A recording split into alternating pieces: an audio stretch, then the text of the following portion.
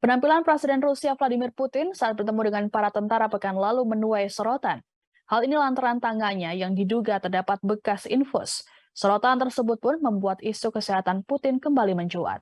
Dalam video, Putin terlihat mengenakan pelindung telinga dan kacamata saat berlatih menembakkan sniper.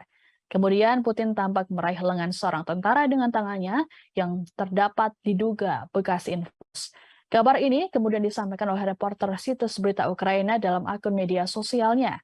Menanggapi hal tersebut, mantan pejabat Badan Intelijen Pertahanan untuk Doktrin dan Strategi Rusia, Rebecca Kovler, membantahnya. Menurut Kovler, asal tanda di tangan Putin tersebut tidak jelas.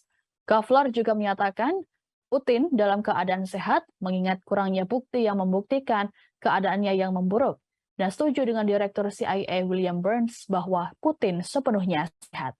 Selama invasi Rusia ke Ukraina, Putin berulang kali dirumorkan tengah mengalami sakit serius. Rumor ini juga berulang kali dibantah oleh Kremlin. Para ahli juga setuju bahwa Putin terlihat dalam keadaan sehat meskipun ada laporan sebaliknya. Sementara itu, kontributor medis Fox News, Mark Siegel, mengatakan Putin tidak terlihat seperti orang yang sakit.